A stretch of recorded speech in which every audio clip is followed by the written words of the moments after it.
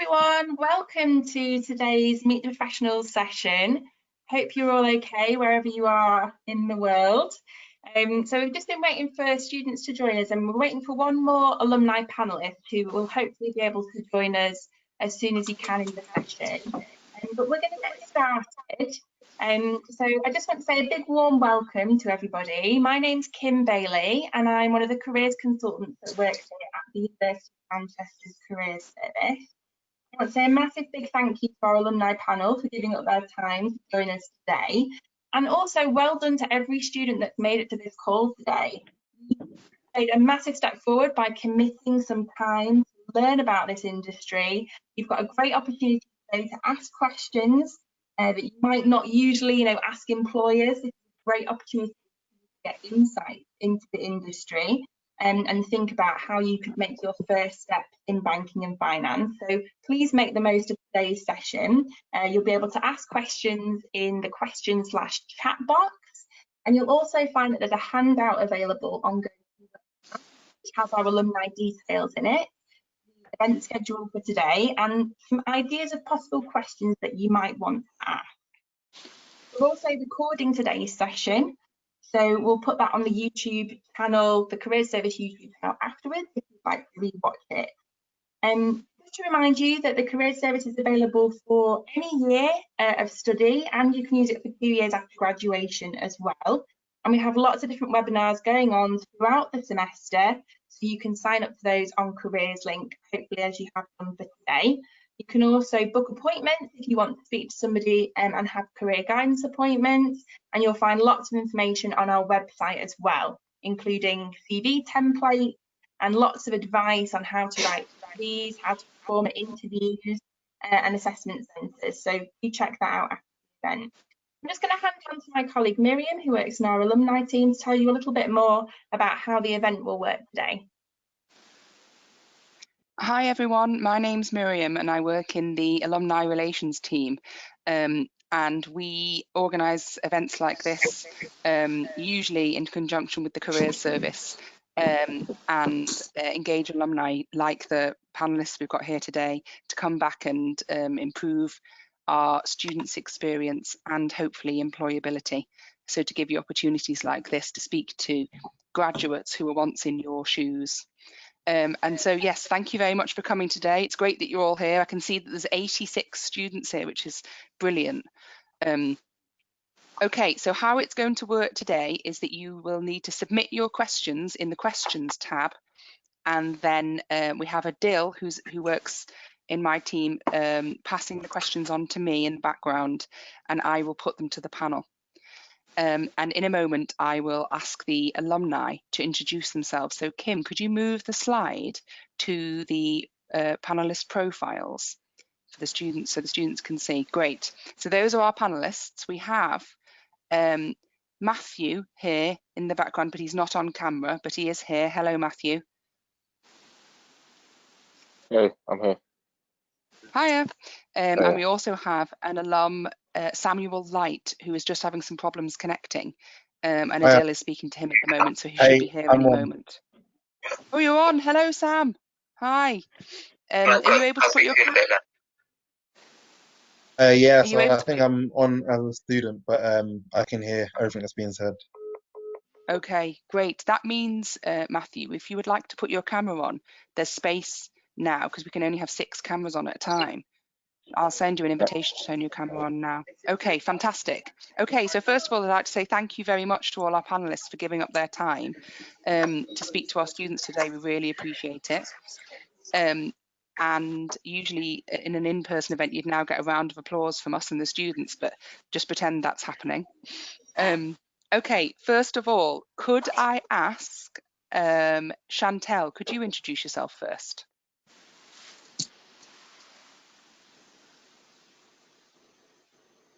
Hi everyone, my name's Chantel. I studied modern history with economics, obviously at Manchester. I graduated in 2014, so 6 years ago now. But when I first left university, I worked at Goldman's for a couple of years and then moved over to asset management, worked at JP Morgan Asset Management, and now I work at Lazard Asset Management as a sales and client relationship manager. I definitely would say my time at Manchester was my best years. I do miss it, and not the rain, but definitely the experience for sure. And hopefully you can learn some things from us all today that you would find useful in your own careers. Thanks, Chantal. Alex, could you introduce yourself? Yep.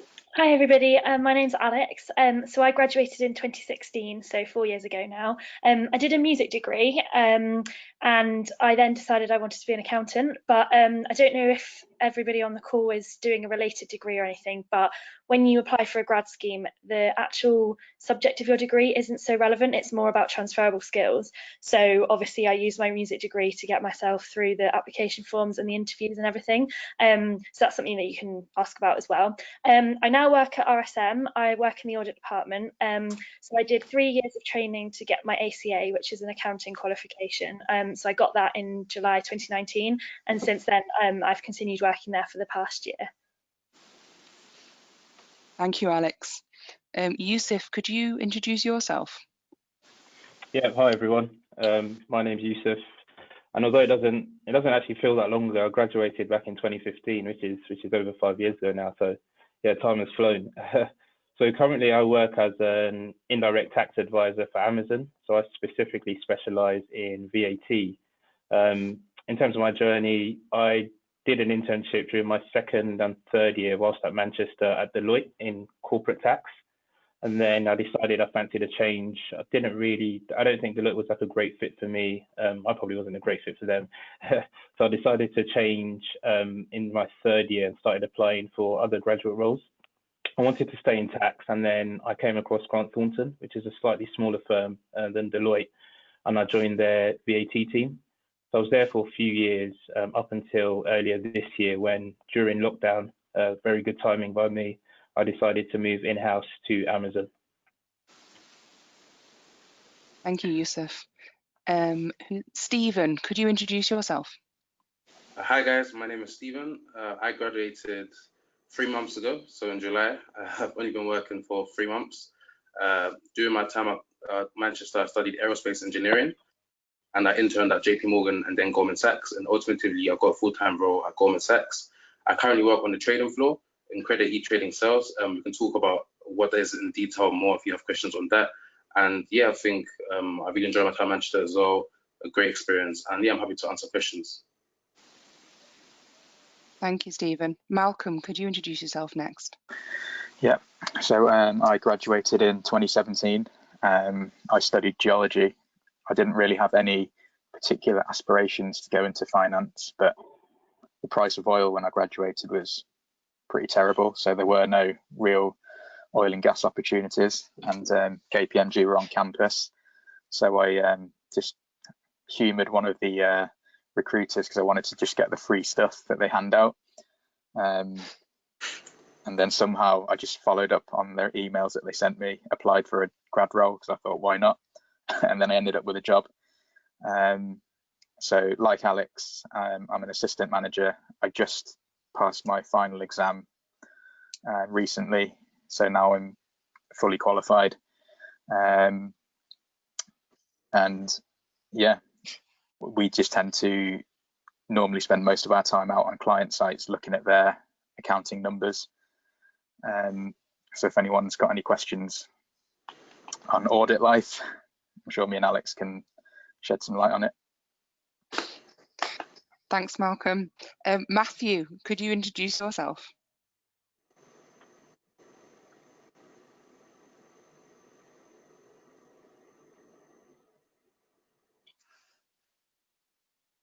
Oh wait, Matthew, you're on mute.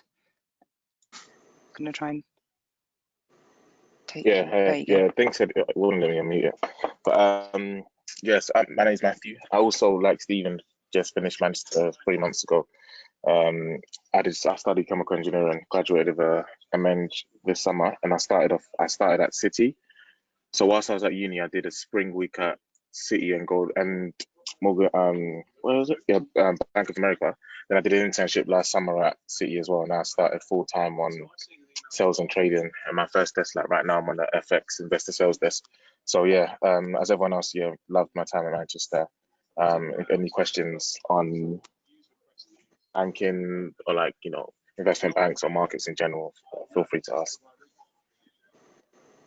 Thank you very much. And Sam, could you introduce yourself finally? Hey guys, I hope everyone's having a good day so far. So yeah, my name's Sam Wright.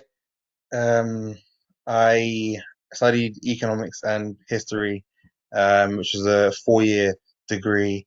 I started off actually in second year by doing a spring week at BlackRock fixed income trading. I wasn't too sure whether or not I wanted to go into asset management or investment banking. So luckily enough, I got to do a year at Goldman Sachs as well during my 4-year degree. So it was like a placement.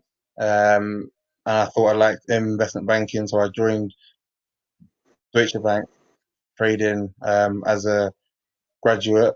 And in fact, funnily enough, after about 5 months, I still wasn't sure. So I moved over to the asset management part of Deutsche Bank, and I'm enjoying it thoroughly now. So I'm a passive investment analyst, and pretty much I work on the passive ETFs.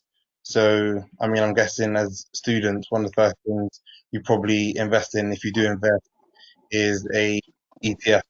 I guess one of the more simple things to do. So when we do list new ETFs, that's what I work on. Thank you very much, Sam.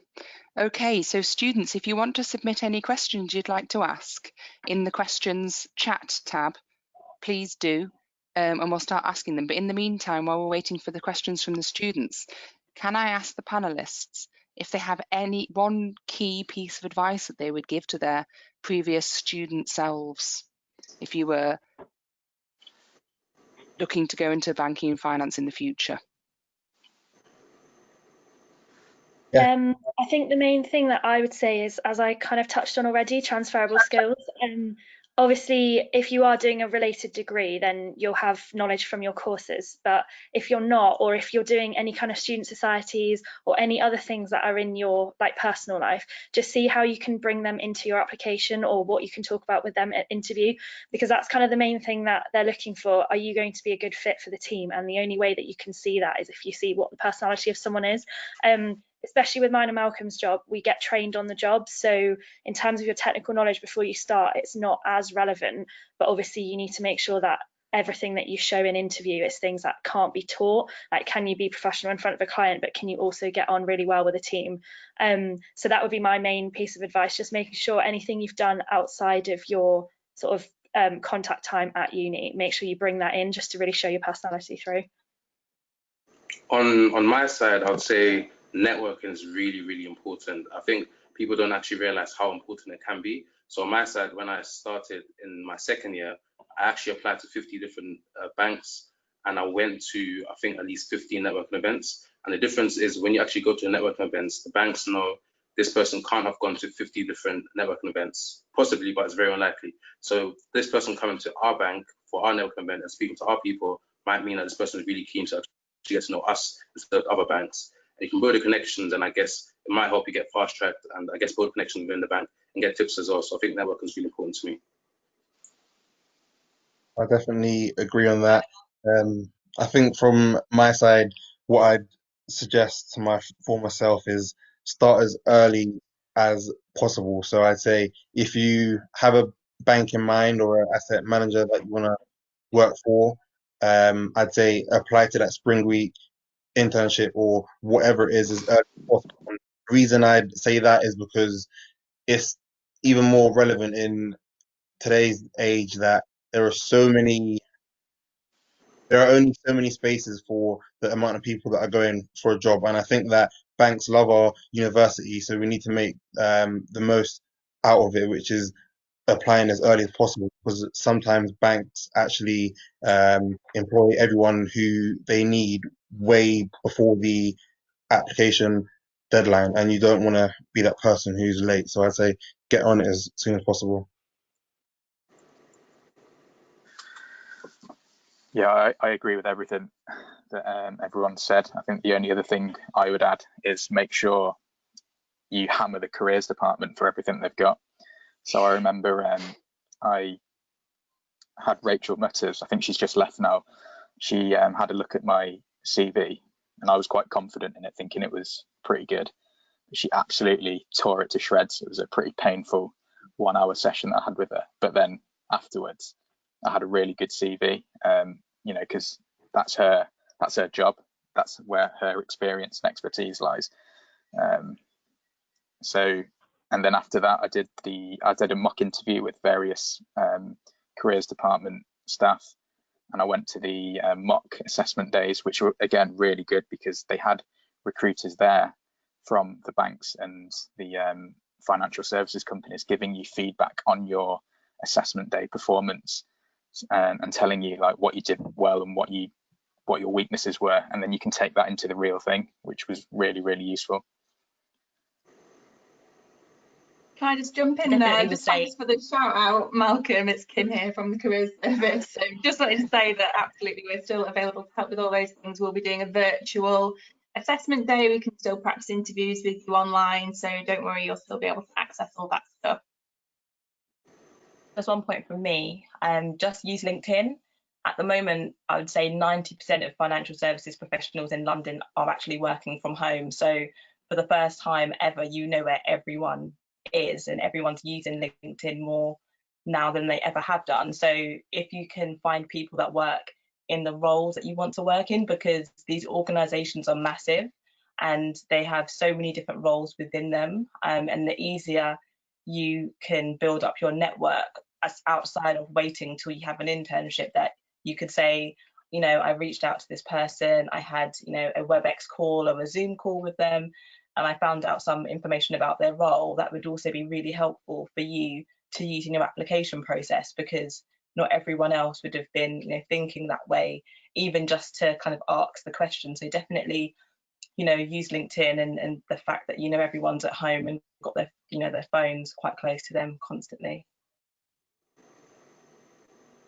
Thanks, Chantal. I think that's really good. And I just want to say one thing. It's Miriam here from Alumni Relations. I forgot to say at the beginning that point about LinkedIn is an excellent one. And if you're looking to build your network while you're a student, if you just want to see what people are doing, to give yourself ideas about what you might want to do in the future, or you'd like to contact them and ask them questions about their career, LinkedIn is a great tool. And on the handout that Kim has uploaded for you to download, the LinkedIn profiles are all listed for these panelists, so please do connect with them on LinkedIn afterwards, and ask them any questions that you want to ask that we don't get round to today, or that you think of later.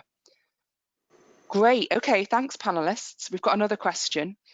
Someone has asked, how did you prepare for the application process to the companies you now work in? Hey, oh, sorry, now you can go, Alex, you go. Oh, okay. I think the main thing is, obviously every company knows that you're applying to multiple different places, so you need to make sure when you are in that interview or writing that application that it is very specific. So for example, for me, that was making sure I knew what types of clients RSM have. So we're a mid-tier firm, so I had to make sure that I was covering things that are across multiple different industries. So it's just making sure that when they read your application, they're not just seeing generic sentences or generic things about it. You need to show that you have actually research the website. As Chantal said, obviously using LinkedIn as well, you'll get a bit better insight from talking to somebody who actually works there. But yeah, I think that's just the main thing, because as someone else has already mentioned, there's so many people applying for each job that you need to make sure you are sticking out and showing that you have done your research before you submit the application or attend the interview. Yeah, I echo everything Alex also said. I think if I'm coming from an investment banking point of view, like, it is very, very, very competitive. So you need to have your own USP, unique seller point, and you need to, like, you know, portray that across in the application. It is very difficult because they're going to be looking at your CV, and they may look at your cover letter or some questions and everything, but from that alone, they've got to be like, well, I really want this person. I really want to take this person further. I like to talk to this person. So even little things like your CV, I don't know what advice you might be given, but if you're applying for investment bank, it's got to be one page. Your CV's got to fit on one page. It's got to be easy to read, easy to flow and everything like that. It's just little things like that, because even though you spend hours and hours making your CV, they're probably going to spend like 30 seconds to a minute looking at it. So you got to make sure that they look at it and they want to continue.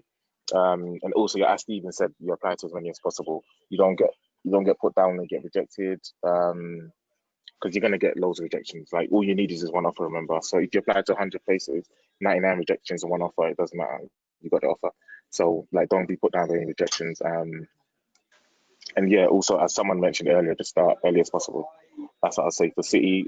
For investment banking, the earlier you start, it is generally that you have a much better chance of getting through. I don't know if Steve wants to add anything for the banks.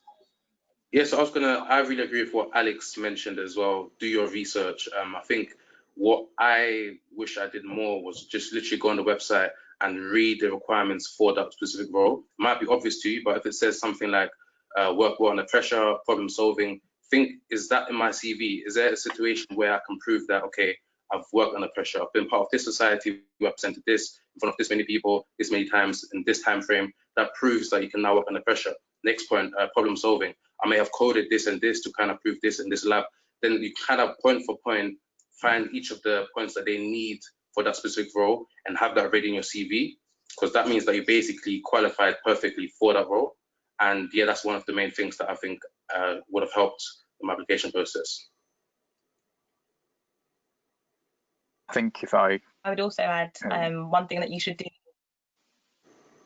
is, as soon as you've got the interview, do your research on the people. So people hire people, they don't hire a CV. So just make sure that you are building those genuine connections and with the people that you're meeting, because that will also help you stand out. Aside from having a fantastic CV, it's more about, did you guys go to the same university? Are you into the same kind of sports? Have you read an article that they've authored or was involved with? So really trying to build up that rapport as early as you can will also help you stand out when you do get to the interview stage.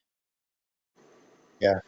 From my perspective, I'd say, for example, if you're applying to tier 1 banks, don't just use a generic cover letter. Absolutely research the bank and understand how that bank works and what is good for them and why they have been as successful as they are, and then put that on your cover letter.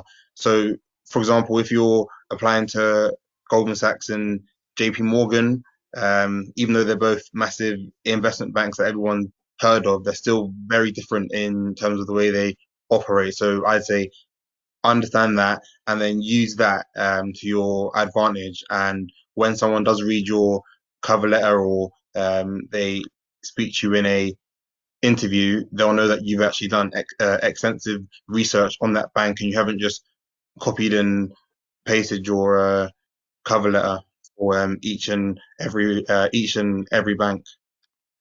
And lastly as well, make sure there's no spelling mistakes or grammatical errors on anything you submit, because that will pretty much be a no-no before they even get a chance to look at you, because there are too many people who want the job that you're going for. I think the only thing I would add, as Stephen mentioned, is you really need to know the role that you're applying for, because I think one of the common interview questions will be, what do you know about the role? What will you be doing?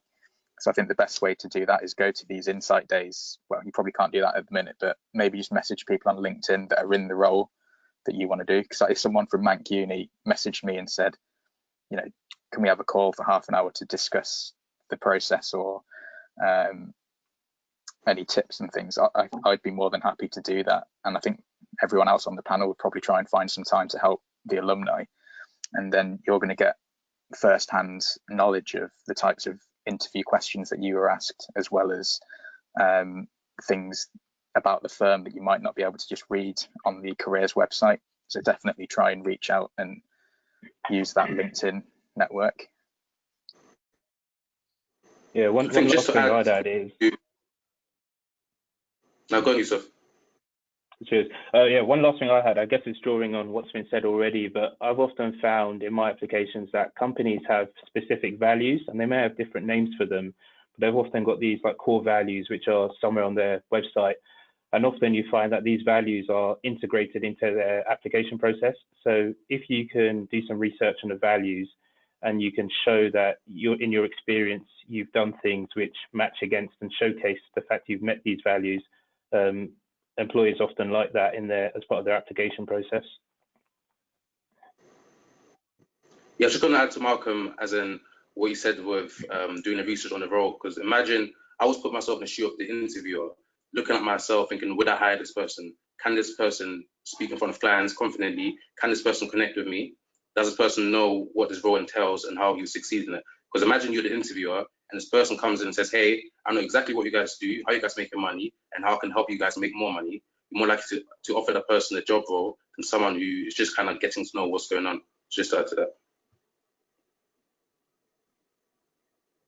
Thank you, everyone.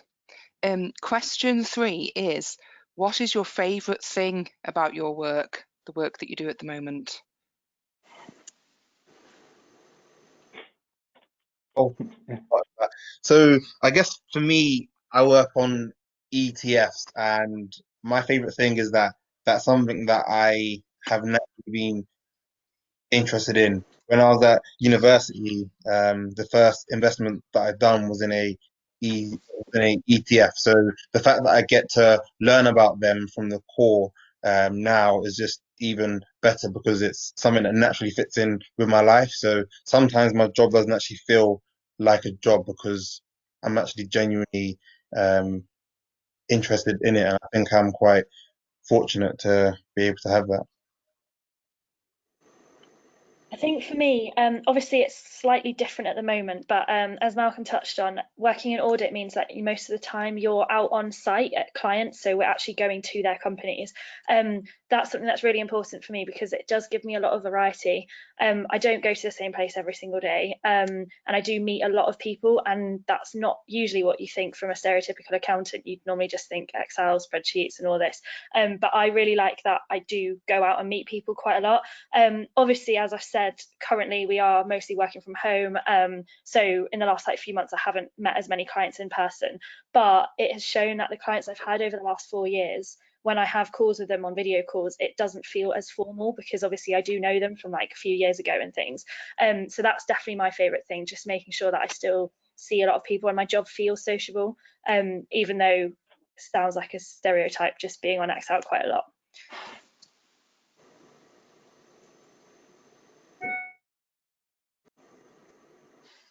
Yeah, I'll jump in and definitely agree with Alex that the best part of my job is just interacting with the client.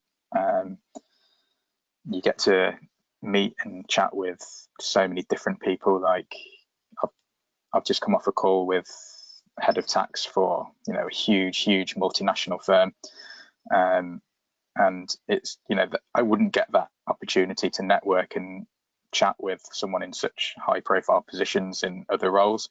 And it's just like helping you build your own network as well as just the sociable side of communicating and networking with senior stakeholders in these large companies. On my side, I would say the trading floor is like a playground. There's just so much going on. Everyone's doing something different. There's something different every single day. I know it sounds very cliche, but when you work in markets, anything can happen in the markets at any moment in time. The elections, COVID, obviously the aim is to kind of make money, but I guess with the COVID period, for example, kind of provided liquidity when the central banks were buying up bonds, it was going through us as well. And when there's credit index rolls as well, just rolling large volumes. And I think it's interesting because there's so many different parts of the trading floor. So there's equities, there's fixed income, there's FX, there's commodities. So things like to do with OPEC could affect us, things to do with the elections. I think I feel like I'm in the middle of the news, the world, anything that's going on. So it's and I think the fact that we have specialties in so many different areas, like outside the trading floor as well, like there's the investment banking division, there's asset management division, as Sam mentioned. So I feel like there's just so much going on in the bank and we're at the forefront of what's going on in the globe. I'll just follow on a bit from what Stephen said, because I'm on the trading floor right now at the moment, so apologies if it's really loud. But there's loads of things happening all the time. Like just you could just be all right, everything is going okay, but then Trump will tweet something and then boom, the markets are going crazy and everyone's like losing their heads. So that's like really exciting to see. And I also say, as me and Stephen, we just started like not long ago, but I can't stress just how much you learn. You learn a lot and a lot. And it's really, really interesting things. Like I probably learned more about Brexit and the elections in 1 week here than I did like throughout whatever the past few years. And it's just really good. Like the calls you get to be on, the people you're on calls with, these are heads of states, these are like, leaders of big companies and everything. And you can like be on those calls, and these are like some of our clients. I think that's something that's really good about the job as well. And I'll say obviously maybe not now because of COVID, but the job generally has got a lot of client interactions. If you're in markets, especially if you're in sales, there's a lot of client interactions, and I'm talking like very, very good clients. And like if you've got some clients that have got country clubs, like like pool houses, all those type of things, you can get invited around just to do like general things. So like that's something that's really interesting about the job. So yeah, that's what I'll say. Just to add to Matthew and on the clients, I've had client meetings as well where we get to eat pancakes, a steak, like different types of foods. I really like it. I think it's like a little perk that adds to the job. I think for me, it's definitely building long-term relationships. So in asset management, it's not about, the guys in markets, they're more concerned about what's happening today. Whereas for us, we're more thinking about what's going to happen in 50 years time. So the time horizon that people are, thinking about is a lot longer. So if there are market shocks that would happen, which we're going through at the moment, there isn't necessarily the same level of sensitivity for the clients I deal with, because they're more thinking about what's our pension pot going to look like in 50 years time, and how, are they actually on track to, meet those objectives. So definitely building the long-term relationships is, the best part of the role, and getting to see their evolution just as much as they can see, my evolution. And if you stay in asset management, it's such a small industry.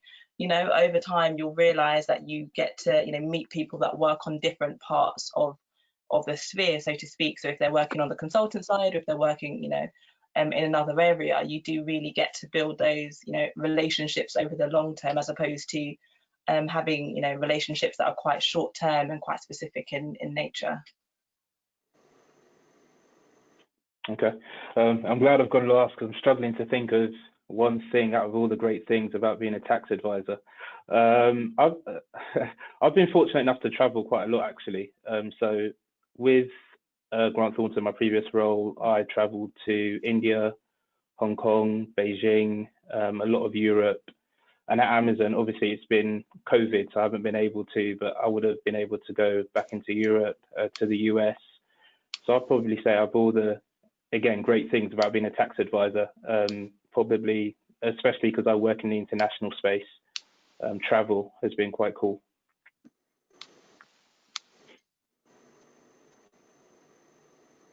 Great, thank you, everyone. There are two questions here that I'm going to combine because they're about the same thing. And it says, Matthew, regarding your spring week at City, was this in your first year, and when did you apply for it? So when would you advise other students to apply for a spring week in internship? And what was the spring week like? And did this prepare you for the internship?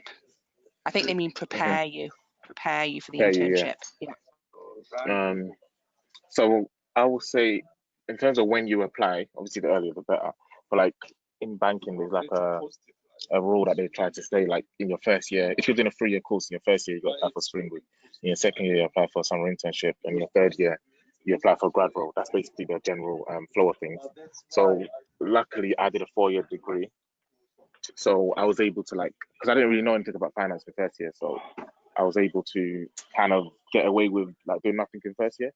But so then in second year, I applied for my spring week, because it's either first year of a 3-year course or a second year of a 4-year course that you're supposed to apply for spring week. But these are rules that they put out there. But like even Stephen can say that he didn't follow those rules. People just apply when they want to apply, so you can do that. And in terms of how the spring week was like, so I said I did 2 spring weeks. My first one was at Bank of America, and the week after I was at City. It's just completely different. Depends on bank. At Bank of America, there was a lot of you know, all of you guys are together, they're giving you talks every day, like teaching you about all different parts of the business, like across the whole bank about what they do. At City, it was a bit different because I applied for a markets spring week. So your first day, you're taught about the bank as a whole. Your second day, you get put onto the trading floor, and you just they basically just drop you on the trading floor, and you've got your desk, and then you're on there for the week. So, but the good thing is everyone knows your spring. Everyone knows you're like a spring intern. Like you don't know anything, so they're they're like really open to like teach you things. They'll take time out of their day to like, you know, explain things to you if you don't understand. So it's a really good experience. And I think so they prepare for the summer internship, but also if you meant propel for the summer internship as well, is like there is a thing that if you do good in the spring week at most banks, you get invited for like an assessment center for the summer internship. So you fast track straight to the assessment center stage. So that's what I did. I was able to do that at City. I got fast track for the assessment center for the summer internship, and then converted that to like doing an actual summer internship. Did that last summer, and then converted that to a full-time role. So the good thing is if you start early, you don't really need to apply again. Like I didn't really do any out of applications since second year. Like I applied for my spring week, I got it, and then I didn't have to do applications after that because I kept converting. So that's the good thing about that. I think I've answered all the questions. I don't know if I missed anything. Stephen, if you want to add on, because you also did springs and summers as well. So I actually didn't get a spring. I applied to a couple, but I didn't get accepted. But I guess it just shows that you've got to keep going and keep applying. I actually applied to the Goldman Spring in sales and trading. I got to the interview stage and I didn't get it. And I guess the year after, I kind of worked on what the mistakes were, what didn't I do, and what should I have done better. And applied to, like I said, 50 banks the year after for internships. And I think the application process for summer internships are much more difficult, I guess, than the spring internships because they might expect you to know a bit more because I guess people are coming from the spring internships that now have actually been on the trading floor than when you come in from not knowing anything. So I guess, like was mentioned earlier, I think taking part in societies and having extracurricular activities on your CV really contributes to getting a role in a summer internship. But no, I didn't actually get a spring internship. Thanks, Stephen. Thanks, Matthew. Okay, this question has got a few parts. So it's been covered a little bit already by Alex. It says, are you at a disadvantage if you didn't study a related degree? Oh, actually, it says if you did study a related degree. But I think it must mean didn't, but maybe you can answer from both angles because some of you have got a very related degree, some of you haven't. How did you know the career path you chose is right for you? And how did you show your interest to companies despite not having any relevant technical knowledge? So I think for me, I didn't know it was for me. Oh, sorry. Yeah, Chantal, you go. Go on, Alex. No, you go. For me, it was quite. I didn't know. So it was more just by asking questions. So the more people that I met, then I found out, you know, what I actually wanted to do. I definitely knew banking and finance, but what that really looked like, I had no clue. And over time, I just moved to different organizations and firms until I found what I wanted. So I definitely would say it's not as prescriptive. Like if you studied, you know, econ, that's great. If you studied music, that's still great. I work with people that have studied both and are absolutely fantastic at their role. So I wouldn't kind of say anyone should be predisposed to what they do. But that's definitely something that, you know, even now I'm still kind of figuring it out as I go along. So it's more as I come into contact with, you know, good people, interesting opportunities, and just kind of, I'd say, ride the wave, so to speak. Yeah, I think I'd agree with that. In terms of are you at a disadvantage or advantage, and whichever way, whether you have a related degree or not, it just means that you've got to put more effort into different parts of the application. Obviously, for me, I had more of the extracurricular things because I didn't do a related degree, but that meant I had to research into the actual industry a lot more. Obviously, if you were the other way around, then you'd have to do more extracurricular things to increase your CV. So I don't think there's an advantage one way or the other. It's more just what areas of your CV are strong just because of the degree you've got, and what areas do you then need to work on. But I think that just comes from sort of making sure that you are quite well-rounded in everything. So for example, for me, I did a music degree, but then I was treasurer of the Music Society. So obviously that was then my sort of finance side of it, to show that I was doing extra things to get myself into showing that I have got that I've got sort of like a mathsy brain as well, and it was something that was extra on top of my course. So I would just say make sure that you can show across your CV that you've got the extracurricular, you've also got the specific to the role. Something that's probably a bit more specific to a grad scheme where you're doing exams or a training contract, something I touched on already. You don't need the technical knowledge before you start. Obviously, you need to know what your job role is, so you get that from the job descriptions from the website. But in terms of actual specific accounting knowledge, there's no advantage or disadvantage if you haven't done an accounting degree, because you literally do all the exams anyway.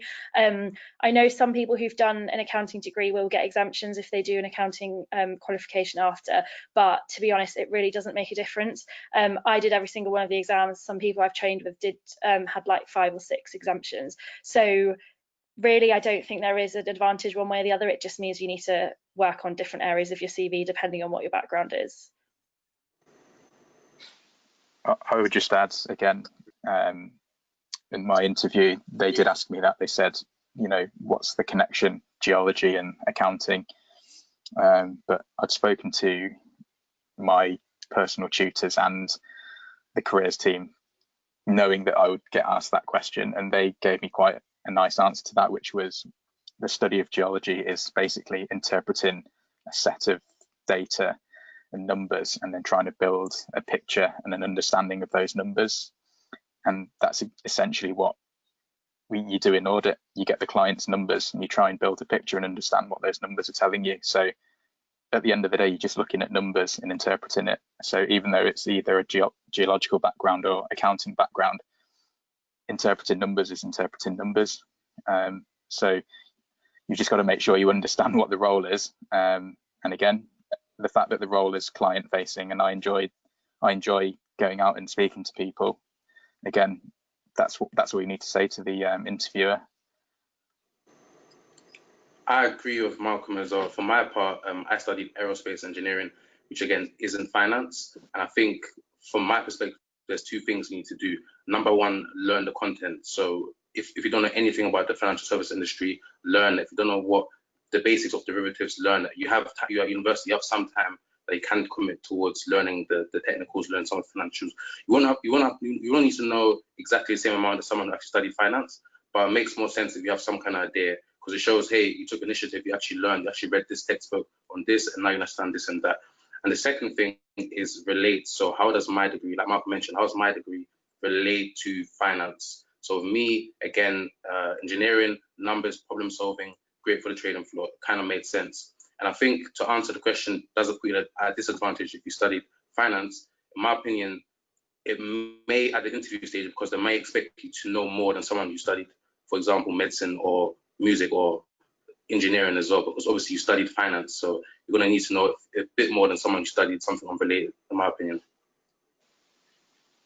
Yeah, I definitely agree with Stephen. So from my experience, because I've done a joint degree, so I've done economics, but also with modern history. I think if you do a financial degree, they'll expect you to know more because, of course, you've done those modules, which I think is probably fair.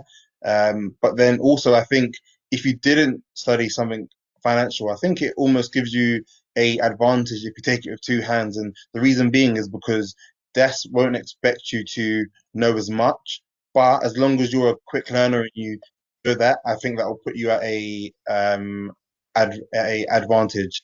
And if I'm being fully honest, I think the only time where it may be a slight disadvantage, but it's nothing to worry about, is when you do financial exams. And the reason I say that is because if any of you guys who are on this call want to go into investment banking, when you join as a graduate, you have to do financial exams. And I know Alex said that, of course, you can sort of revise for any exam, but some people would already have more knowledge for that exam because of their degree than you have, and that was what um, I experienced, my own personal experience. So just to wrap up, as long as you're a quick learner, I think you can definitely use it to your advantage.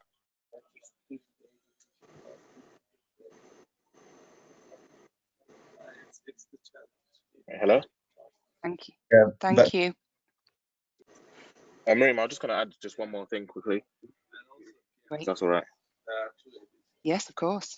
Oh, of course. So yeah, just touch on something Stephen said. I don't know if you may have scared people or something, but like, yeah, of course, if you don't know things that you need to read up on it, but as he said, like, make sure you listen to the last part. He said that you don't need to know as much as, you know, someone that's been studying this for years. That they're going to understand that, because you'll see if you come into investment banking, like the playing field isn't level. Like, it's not even. It's not fair. Like, to you, you'll think it's not fair because you're what, 20, 21, 22, you're just coming into this, but then the person sitting next to you at the assessment center, like some 28-year-old French student, he's done 4 years as a master's, he's got like 2 different masters, probably got a PhD, but then you're going for the same job. But like, they do see that they'll expect different things from each other. It doesn't mean you can go in there complacently. Like, you should like, you know, put in the work to, because you got to show, if you didn't study finance, then you're applying for a job in finance.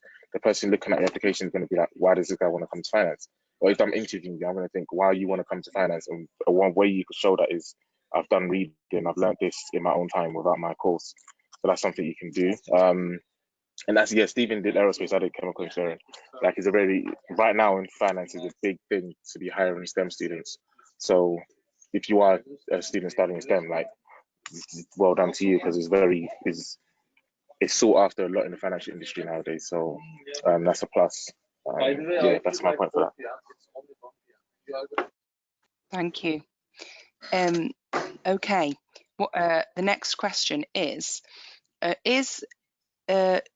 studying the CFA very important? So how important would you say studying a CFA is in terms of a financial career? I'd say it depends where you go in finance. For example, if you're in asset management, you don't have to have the CFA, but usually you'd be able to do your role for a few months when you join as a grad, and then you'd know if you need to do the CFA, and you'd also have, well, you'd most likely have discussions with your manager in terms of whether or not you need to do the CFA. So a few weeks ago, I had a discussion with my manager, and he thought that that's something that would definitely benefit me, and in terms of where I want to go in my bank. So I'm probably going to do the exam next year. But I think it's a case by case basis. You don't have to have it, but you probably have discussions with your manager in terms of where you want to go, because he or she will have the experience to know whether or not you would need it in terms of where you want to go. Thank you. Chantal, what were you going to say? I would agree absolutely with everything that, you know, Samuel just said. I'd also kind of say maybe think of it in terms of a journey as opposed to a destination. So I've seen too many people almost, you know, sell their souls just to pass level 3, and I wouldn't necessarily say it's something that you need to do. I work in asset management and I don't have the CFA, and that hasn't stopped me having very deep conversations with the clients that I deal with. But it does mean that you do have to have that curiosity to make sure that you are reading up on some of the products and solutions that you're positioning. So I definitely would agree in terms of it really does, you know, depend. And if that's something that you want to do, you know, remember I think it's like 300 hours on average per level, and that's, you know, minimum in terms of starting. So it is a huge time commitment, aside from the financial commitment that you would have to do. But really do look into it, because I know loads of people that are very successful without it, and then I know loads of people who are successful with, you know, the qualification, and it really does come down to a personal choice at the end of the day.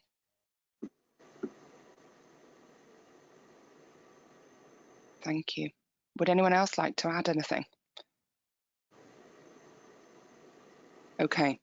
So we're due to end in 3 minutes, but we started 10 minutes late.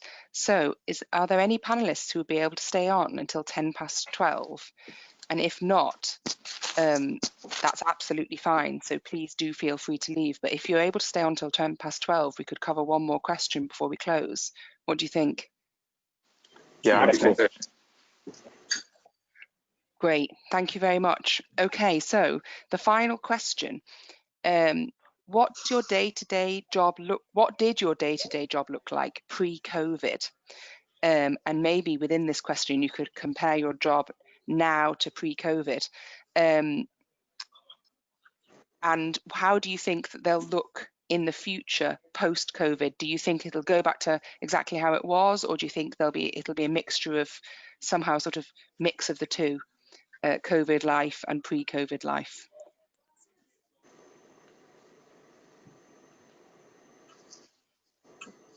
Definitely a hybrid model for sure. As you can see, I'm still working from home. Our offices, I wouldn't say are closed, but they're definitely reserved for the traders as opposed to salespeople. So for us, it is definitely going to be a hybrid model in the future, you know, when we can actually go back to the office. Our internship this year was 100% virtual, where we had interns work with us for 7 weeks across sales and marketing, as well as our research team. So we do know if we have to, you know, we can do these programs remotely with no issues. And this year and next year, we've got graduates joining. So it's definitely, I would say, going to be a hybrid model. I do miss the travel. That's the one thing I kind of care about the most, is when I can get on the plane again, as opposed to just getting back in the office. But I would say, at least for the next 2 years, it would be a mixture of, you know, going to the office at some point and working from home. Yeah, so for anyone working in audit, we used to go to client sites. I would spend hardly any time in my office, maybe like once a month or something, because you'd be working on a client site for 1, 2, 3 weeks or so at a time. So obviously, as Malcolm said, we'd be going in and out of meetings with really senior members of staff. So it'd be really nice to sort of meet people from across the industry, or across that business. Obviously now we worked from home for most of lockdown, and then I think in July-ish my office opened again. It is just a book in as you like, because we're still not going out to clients. So whether I work at home or work in the office is kind of my choice, and it doesn't actually change anything other than sort of mindset wise. So some people are in the office just because they'd rather be, but in terms of the actual job, everything is now virtual. So all my client calls, meetings and things are all done on Teams. So it would be like a video call. Some people were just having phone calls with. But in terms of that, I think in the next few months or so, it will be more of a hybrid. We'll go out to clients where it's quicker to do so, rather than making them scan loads of information in and then emailing it over. But I think rather than it being Monday to Friday on a client site, it will be more of a, right, what do we need to do specifically with the client? Let's get that all set up to do within 2 days, then you can work from home for a day, and it will just be more planning time in advance to reduce the necessity for travel. I think the main thing that we've noticed is that obviously building client relationships and things when you're doing it all virtually is very, very different. So I think the next few months will sort of show how we need to do that with new clients. As I've said, clients I've had over the past 4 years, it's been absolutely fine. I know them really, really well. But yeah, I think the next few months it will definitely be some kind of hybrid situation. Yeah, I agree with what Alex said also. Like, it's definitely going to be hybrid. Obviously, I just started in the summer, so it's kind of post-COVID, but they still managed to get me in. So I think in the bank, because there's loads of different divisions in the bank. Like, I know a lot of investment bankers are not in. Sorry about that. I know a lot of investment bankers are not in the building. Like corporate bankers as well, they're not in, but they try to prioritize getting markets, people, sales and trading. They try to get them in the office, but there's a lot more like, oh, I need to spend the day at home, or can I work from home today? Because everybody's got their setup at home already. So if I do like to next week, I'm going to be working from home. I think Stephen's working from home now, where he's not working from home, but he's been in the office and he's been at home. So he's like, you know, you can do both type of thing. So that's definitely going to be the case from now on. Like, it's not just going to be traditional everybody in office, because I think everyone's seen that working at home does work. So that's something that the banks are looking at as well. Yeah, I think with the trading floor, it's very active. So I guess, and it's necessary as well for the economy today. So that's why I feel like a lot of the people that work on trading floors are actually coming in. So like on our trading floor right now, we're on that 55% capacity. So every second see someone sitting there, because we are necessary to the economy. I think when I started first, I was in every single day because I'm new. I need to learn as much as possible, and it's easier to learn when you're around people that know what they're doing. And once I start to settle in a little more, and the second announcement came from Boris Johnson, I started to get 1 or 2 days at home. But because I generally really enjoy coming into the office and enjoy my job, I feel like I want to be in to kind of absorb what's going on the floor and kind of be involved. But I feel like, yes, there might be a hybrid model coming up where there might be 1 or 2 days where you have the optionality to work from home. Yeah, I guess if you're interested in a career in tax, similar to Alex, depending on which tax you decide to go into, you could spend a fair chunk of your time at client site. Again, that depends on which specific tax you're interested in.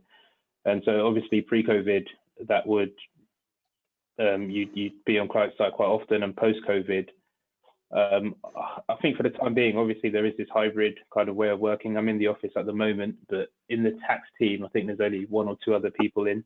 But I think going forward, when things go back to normal, hopefully quite soon, I think we'll return to working as we were before, because I think we're finding in tax where we need to liaise with other bits of the business. It's really important for us to understand how the business is working and advise them. It's a lot easier to do these things on a face-to-face basis. And my specific role, as I mentioned earlier, is got an international remit. And although during COVID we've made use of a lot more video calls, we found it's not as efficient as having face-to-face meetings. So again, yeah, for the time being, I think we've got this kind of hybrid model, but definitely when COVID disappears, hopefully soon, I do anticipate we'll return to our pre-COVID ways of working.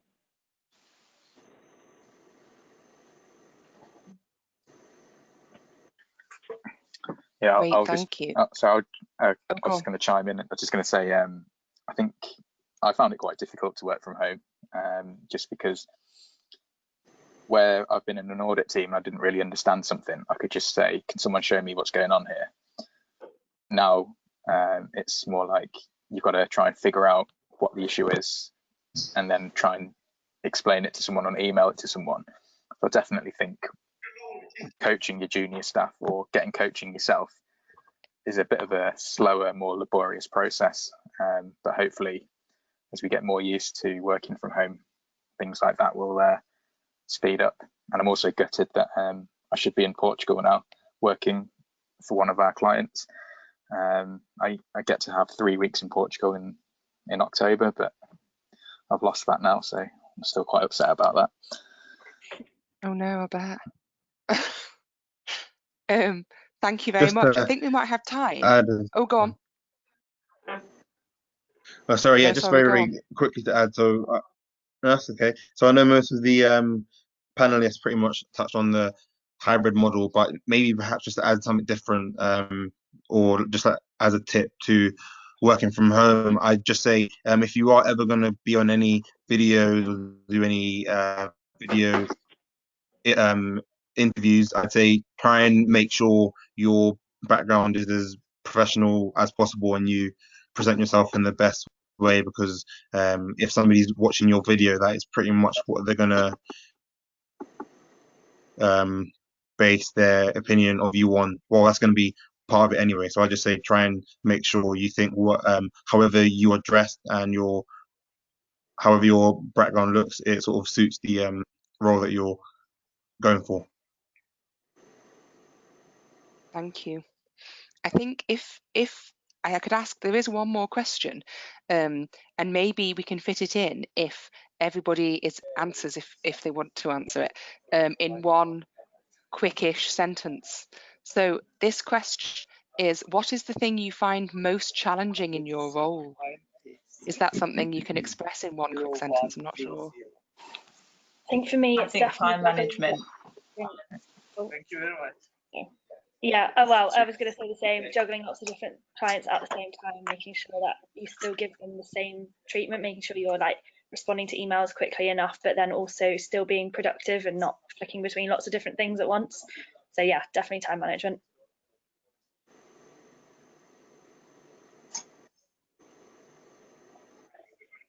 Oh, I'll go. I'll say in markets, I think at the beginning, the thing that gets to people a lot is probably the hours. I get into the office like 6:15 and I'll leave around 6:37. So getting used to that is kind of it is difficult at first, but people, you get used to it, isn't it? And also, yeah, time management as well. Like there's a million and one things to do. And there's loads of, I think when you're a junior as well, it's very easy for people to just be like, can you do this? Can you do this? Can you do this? And obviously you find it difficult to say no. So Like even right now, I've got loads on my plate at the moment, so it's just managing your time and everything is probably one of the most difficult things that I've found so far. For me, it was just adjusting from the university life, I guess, to work. So university, if there's coursework or an exam, you know exactly what to do. You spend your time revising for it, right? To kind of pass the exam or do on the coursework. At work, you might be given a project where it's not entirely in your control how well the project turns out or what time it gets done because you rely on other people. So I guess the networking, you have to kind of have a strong network so people can provide information when you need that information. And there's no textbook guide on how to be the best possible analyst or how to be the best trader or the best salesperson. These are skills you learn on the job, and there's no right. There is a right and wrong in some aspects, but sometimes there isn't. And I guess a lot has to do with dealing with people and dealing with senior managers as well. So it's just a difference between kind of studying and working, where you actually have to produce deliverables. Yeah, just to touch on what Stephen just said, when you do leave university and you come into the working world, like it's very, very different. Like the way things work at uni is just completely different how it is here. You get treated differently as well. Like I don't know, maybe different in different fields, but what I've experienced here is, as Stephen said, the main thing here is you're trying to make money. So if you're getting in someone's way and you're being annoying whilst they're trying to make money, you're affecting their P&L or something. Like you're gonna have times where you're gonna you will piss people off, and then you have to. Oh, sorry if I saw. Sorry for that. Oh, like no, that's okay. you'll annoy people. You'll annoy people. Like you will frustrate. There's a lot of people get frustrated. Like even on this call, I have to mute myself sometimes because you hear someone getting annoyed, someone hitting something. You know, like it is a bit of a is a different experience to what to what you've been used to. And I think something that is difficult is getting used to that straight away. Like as soon as you hit the trading floor, is just like you gotta just don't get in the way. That's what I see for the beginning. Just don't get in the way. Do your work, and then everything starts to get better. Basically, I don't know if I explained it properly, but basically, just as Steve was saying, it's very different to how you are at uni. Yeah, just to add very quickly on what Matthew said. So I'd say as well, try and make a balance, because of course you don't want to annoy people, but at the same time, you've got a variety of different personalities in banking or in finance in general, and I have never seen a manager like a intern or a graduate if they act shy. So I'd say make sure you're confident and you know when to approach people, when to ask for more work, when to ask for less work. But of course, try and manage each person based on their personality. So if you know someone gets annoyed quickly, then perhaps don't go up to them as much. But if you know someone's more understanding, then you can talk to them about more problems. But don't shy away from anything, is what I'd say. But of course, trying not to annoy them, as Matthew said. I think just to add on that, I think one of the most important things in any career, I think, is to just enjoy a job, because once you enjoy a job, you're more likely to do some extra stuff to be better at what you're doing. And that just all builds up and people will see that there's actually progress with this person. So for me, on the weekends, I don't mind reading up on derivatives or reading up on swaps because I enjoy this kind of stuff. And I feel like that helps me the week after. So I feel like things like as well, when you have your emails, you go kind of over the weekend, I read through all of them and see, okay, what did I not understand? What did I understand? And then for next week, let me try and understand that so that the next week I'm better than I was the week before. So it's like progress is all setting yourself targets and things like that. It's important as well, I think. Thank you. Is there anything anyone wants to add before we close? Maybe I'll just add, I know Alex has spoken about it already, but doing exams, so there's also tax exams as well that I've done, so CTA, and doing that while still working is really challenging because you get certain time off for your courses and stuff, but it does mean you need to devote quite a lot of your spare free time, which often occurs on very sunny days and during the holidays and when everyone else is out. So it is a sacrifice. So I'd say that's quite a challenging thing. Yeah, from my perspective, I'd say this is probably a case-by-case basis. But if you're going for investment banking and the applications are open, drop whatever you're doing this weekend and make sure you try and get as many apps done to the highest quality as possible, because the person who's going to get that job has probably already applied for the role or is going to do it this weekend too. So make sure you're that person and you do it as soon as possible, but again, to the highest quality. Yeah, I was just about to say what Sam just said. Like these places have been open for quite some time. This is the specific investment bank. I don't know about other places, but yeah, they've been open for quite some time. So if you haven't already, make sure your CV's done, cover letter's done, get them checked as well. Get other people to read it in case you made any mistakes that you might not realize yourself. And yeah, try to get there, because you remember you're going to be doing. It's not like you do the application and the next step is the assessment center. It's like these different steps, isn't it? So you want to start getting them done now, so that like just to give you a lot more time in the future, basically. So and also just touch on what Yusuf said about exams as well. It's true. I've got my first exam on Monday. So it's, imagine doing 6 to 6 in the office and having to go home to revise. So it's kind of difficult. But as Stephen said, if you enjoy what you're doing, then it's not too bad. Thank you very much, everyone. Okay, we've gone 13 minutes over, so I'm going to close quickly. So thanks so much, alumni, for giving up your time to speak to our students. It was a fantastic event, and we got through a lot of questions, and so I think that our students will have found that extremely useful. In a moment, as soon as this closes, students, you'll receive the link to share feedback on the event, and we'd really appreciate it if you could fill it in and let us know what you thought, because in this new way of working all the time at the moment, we're trying to improve how we run these events and make them as accessible and enjoyable and useful as possible to you all. So yes, as soon as the event closes, the link will come up on GoToWebinar for you to complete it, and it'll only take a minute or two to do if you're willing to, and we'd really appreciate it. Thank you very much. Okay, thank you very much, panelists. And probably after this, you'll get some connections from students who are building their networks with you, and you may even get approached with a few questions in your inbox. So thank you for that, and thank you in advance for connecting with our students. So great. Have a good day, everybody. I hope you enjoyed it. And also, Cheers. alumni, please do let me know, and give me any feedback, negative or positive, by email after this as well, about how the event ran from your point of view, because we really are looking to make things better all the time. Thank you very much. Kim and Nadil, would you like to say anything? I think we'll just give a little round of applause over the go-to for joining me, Miriam. Thank you very much. Thank you. Guys. Thanks, everyone. Obviously, if we were all in a room together, this round of applause would be much more impressive. But imagine the students are doing the same. Okay, I'm going to end the broadcast Thank now. you. So thanks very much, everyone. Thank you. Bye. Cheers.